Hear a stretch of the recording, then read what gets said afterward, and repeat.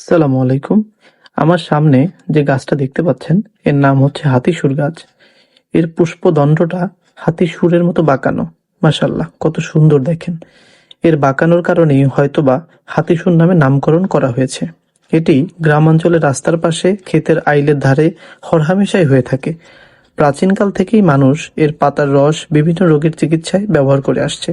যেমন শরীরে কোথাও কেটে গেলে ক্ষত স্থানের ফোলাভাব দূর করতে এর পাতার রস ভালো কাজ করে। পাশাপাশি চোখের বিভিন্ন রোগ সারাতেও কিন্তু এর পাতার রস ব্যবহার করা হয়। এর বৈজ্ঞানিক নাম হচ্ছে হলিওট্রোপিয়াম ইন্ডিকাম। বিজ্ঞানীরা এই গাছ নিয়ে নিরলস পরিশ্রম করে যাচ্ছেন।